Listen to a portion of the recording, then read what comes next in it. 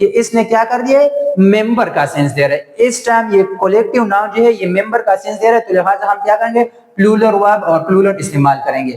پھر اس کے بعد ہے the jury consists of 5 person. ججوں کے گروپ کو کیا کہتے ہیں, جوری کہتے ہیں. the jury consists of 5 person. جوری میں 5 افراد یا 5 جج ہوتے ہیں. تو کیا ہے, یہ جوری ایک, یہ جو کولیکٹیو ناؤن ہے یہ ایک کا سینس دے رہا ہے, ایک ناؤن کا سینس دے رہا ہے, لہٰذا ہم کیا کریں گے, یہاں پہ سنگولر استعمال کریں گے. پھر اگر دیکھا جائے تو the jury are divided in their opinion. Juries کو اپنے رائے کے بنیاد پہ کیا کیا, تقسیم کیا, یعنی ہر ایک جج کا اپنا اپنا رائے, تو اپنے رائے کے حساب سے ان کو کیا کیا, تقسیم کی, یعنی ایک ایک کا سینس دے رہے, پورے ٹیم کا نہیں دے رہے, پورے گروپ کا نہیں دے رہے, تو لہٰذا ہم کیا کریں گے, پلورل استعمال کریں گے.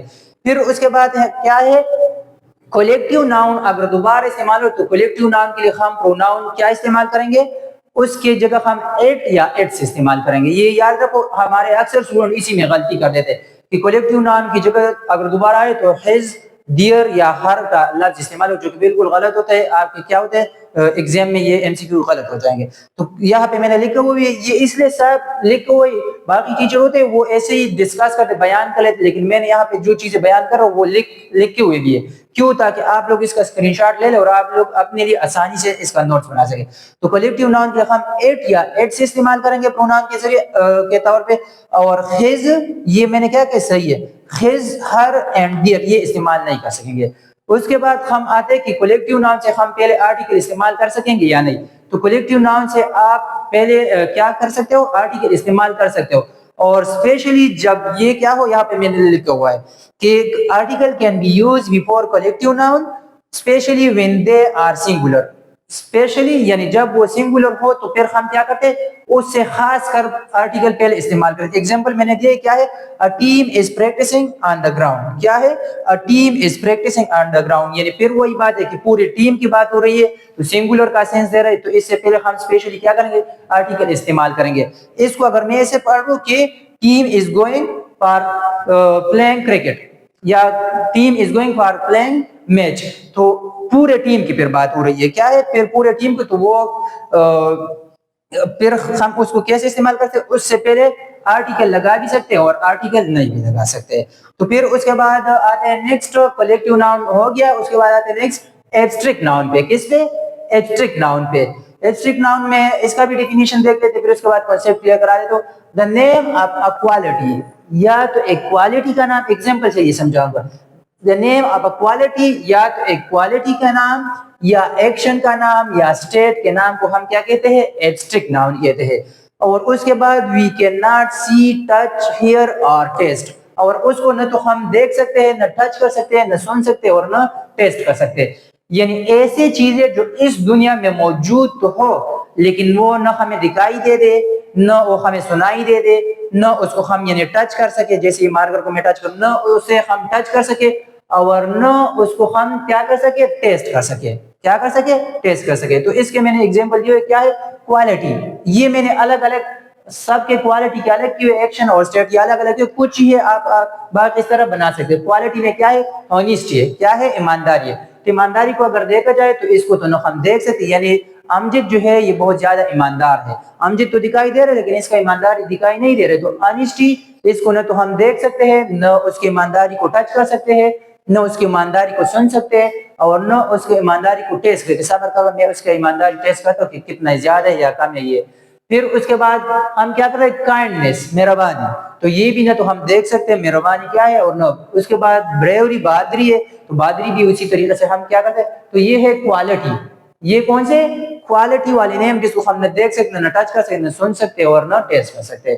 پھر اس کے بعد ایکشن, کیا ہے, اس میں ایکشن بھی شامل ہے. کون سے ایکشن, جیسے ہیٹرڈ, کیا ہے, ہیٹرڈ ہو گیا, لافر ہو گیا, ٹپٹ ہو گیا, ایٹیسی. یعنی ٹپ, چوری, کیا ہے, چوری ہے, یعنی چوری کرنا. تو چوری تو میں نہیں کر سکتا کہ صبر یہ پلا بند جو یہ چور ہے, اور میں کیا کرتا ہوں, انچ ٹیپ اٹھا لیتا ہوں کہ اس کو کیا کروں, میجر کر لوں کہ صبر کر لوں اس میں کتنے انچ کا چوری ہے یا کتنے کلو گرام کا, تو نہیں کر سکتے. اسی طریقے سے لا پر کیا ہے, ہنسی مذاق. تو اگر کوئی ہنسی مذاق والا وہ شخص ہے, خستہ ہے, ہنس رہا ہے, تو اس کو بھی تو ہم نہ میجر کر سکتے, اور لیکن اس کو صرف ہم نہ اس کو میجر کر سکتے, اس کو کیا کر سکتے, یا تو دیکھ سکتے ہیں, یا نہ تو دیکھ سکتے, نہ ٹچ کر سکتے, نہ ہیئر کر سکتے اور نہ ٹیسٹ کر سکتے. کیا کر سکتے, اور نہ ٹیسٹ کر سکتے.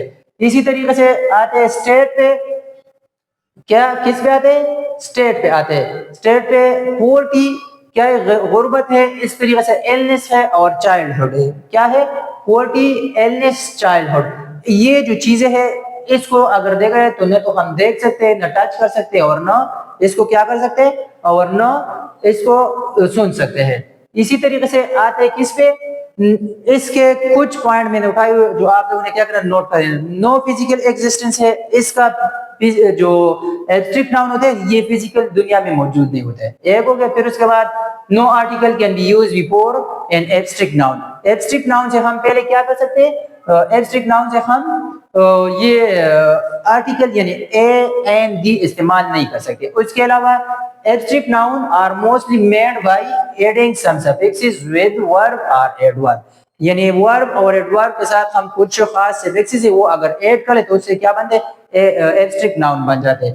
جیسے کہ ایگزامپل میں ہے کائنڈ. یہ ایک ورب ہے. کائنڈ کے ساتھ این ای ڈبل ایس. کیا ہے یہ؟ این ای ڈبل ایس اس کا ایک سفکس ہے. یہ میں نے ایڈ کیا تو یہ کائنڈنس بن گیا. اسی طریقے سے ہیپی اور ہیپی سے کیا بن گیا؟ Happiness. N E double S. یہاں پہ این ای ڈبل ایس، یہاں پہ بھی این ای ڈبل ایس.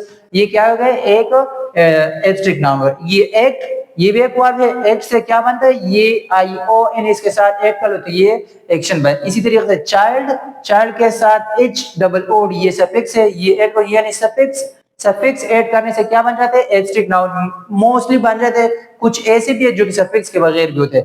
پھر اس کے بعد کیا ہے؟ شو. پھر کیا؟ اچھا پھر یہ ایک ایکشن اور چائلڈ یہ اس کے ایگزامپل ہے. پھر اس کے بعد میں نے ایگزامپل دیے کہ اس سے پہلے ہم آرٹیکل کیسے استعمال نہیں کر سکتے. دیکھو دے شوڈ کائنڈنس تو یہ اس نے کیا کر دیا؟ رحم دکھا دیا، مہربانی دکھا دیا. تو یہ تو ہم نہیں کر سکتے لکھ سکتے نا نہ کہہ سکتے کہ دے شو ا کائنڈنس، دے شو دا کائنڈنس. تو اس سے پہلے ہم کیا کریں گے؟ آرٹیکل استعمال نہیں کر سکیں گے، نہ کریں گے. اس کے بعد honesty is the best policy. کیا ہے؟ honesty is the best policy. تو یہ honesty ہے، یہ جملے کے بیچ میں کائنڈنس ہے اور یہاں پہ جملے کے سٹارٹ میں. تو یہاں پہ بھی ہم کیا کوئی بھی آرٹیکل یعنی اے این دی نہیں لکھو ہے. اس کا مطلب ہے کہ اس سے پہلے ہم آرٹیکل استعمال نہیں کر سکتے. تو اسٹوڈنٹ اس کا اسکرین شاٹ لے لے. پھر بڑھتے ہیں نیکسٹ ٹائپس آف ناؤن کی طرف.